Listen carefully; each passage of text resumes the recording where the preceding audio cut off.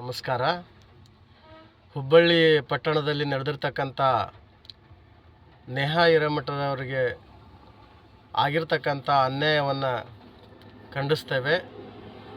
ಅವರ ಆತ್ಮಕ್ಕೆ ಶಾಂತಿ ಸಿಗಲಿ ಅಂತಂದೇಳಿ ತಿಳಿಪಡಿಸುತ್ತಾ,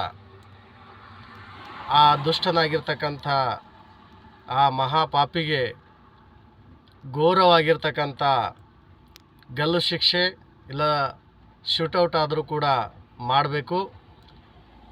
ಯಾಕಂತಂದರೆ ದೇಶಾದ್ಯಂತ ಎಲ್ಲ ಹೆಣ್ಮಕ್ಳು ಅಷ್ಟೇ, ಎಲ್ಲ ಮನೆಯ ಎಲ್ಲ ಜಾತಿ ಎಲ್ಲ ಧರ್ಮದ ಅಕ್ಕ ತಂಗಿಯರು, ಅದು ನಮ್ಮ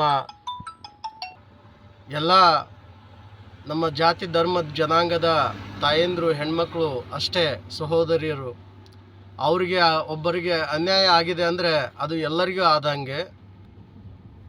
ನಮ್ಮ ಭಾರತದ ಮಾತೆಯನ್ನೇ ಕೊಂದ ಹಾಗಾಗಿ ಈ ಅನ್ಯಾಯವನ್ನು ಜರೂರಾಗಿ ಖಂಡಿಸಬೇಕು. ಯಾಕಂದರೆ ಸರ್ಕಾರದವರು ಕಠಿಣ ಕ್ರಮಗಳನ್ನು ಕೈಗೊಳ್ಳಬೇಕು. ಈಗಾಗಲೇ ಎಲೆಕ್ಷನ್ ಶುರುವಾಗಿದೆ.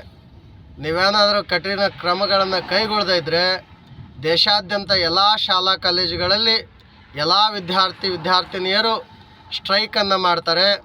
ಎಲ್ಲ ನಾಡಿನಾದ್ಯಂತ ಇರುವಂಥ ಮಹಾಸ್ವಾಮಿಗಳವರು, ಎಲ್ಲ ಮಠಾಧೀಶರು ಹಾಗೂ ಎಲ್ಲ ಪರಿಷತ್ತಿನವರು, ಎಲ್ಲ ಹಿಂದೂ ಪರಿಷತ್ತಿನವರು, ಹಿಂದೂ ಬಜರಂಗ ದಳದವರು ಹಾಗೂ ಎಲ್ಲ ಜಾತಿ ಜನಾಂಗದ ಎಲ್ಲ ಧರ್ಮದ ಎಲ್ಲ ವರ್ಗದ ಎಲ್ಲರೂ ಕೂಡ ಒಗ್ಗಟ್ಟಿನಿಂದ ಹೋರಾಟವನ್ನು ದೇಶಾದ್ಯಂತ ಮಾಡಬೇಕಾಗ್ತದೆ.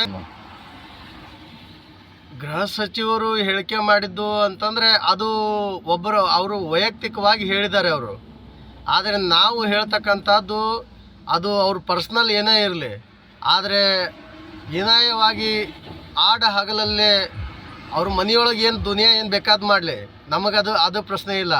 ಆದರೆ ಹಗಲಲ್ಲೇ ಅವ್ರನ್ನ ಕೊಂದಿದ್ದು ನಾವು ಇದನ್ನು ವಿರೋಧಿಸ್ತಾ ಇದ್ದೇವೆ. ಆದರೆ ಅವರು ನೋಡಿ ಹೇಳಿಕೆ ಕೊಡಬೇಕಾಗಿತ್ತು. ಅವ್ರದ್ದು ಒಳಗಿಂದ ಏನಾಯ್ತೋ ಪರ್ಸ್ನಲ್ ಗೊತ್ತಿಲ್ಲ ನಮಗೆ.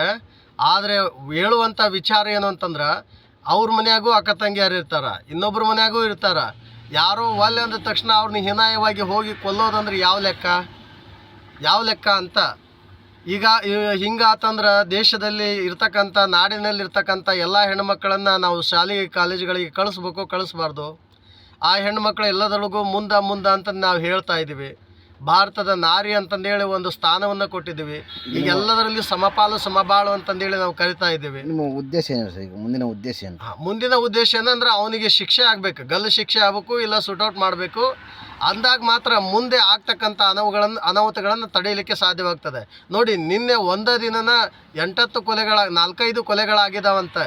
ಇದು ಎಂತಹ ಮಹಾಕೃತ್ಯ! ಏನು ಯಾವುದಕ್ಕೂ ಕೂಡ ಬೆಲೆ ಇಲ್ಲಾರ್ದಂಗೆ ಆಗ್ಯದಲ್ಲ, ಜೀವಕ್ಕೆ ಬೆಲೆನೇ ಇಲ್ಲೇನು. ಭಾಳಷ್ಟು ನೋವು ಅನ್ನಿಸ್ತಾ ಇದೆ.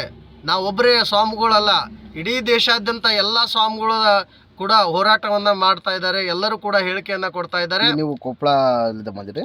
ನಾವು ಬಿಜಾಪುರ ಜಿಲ್ಲಾ ಇಟಗಿ ಸ್ವಾಮೀಜಿಯವರು.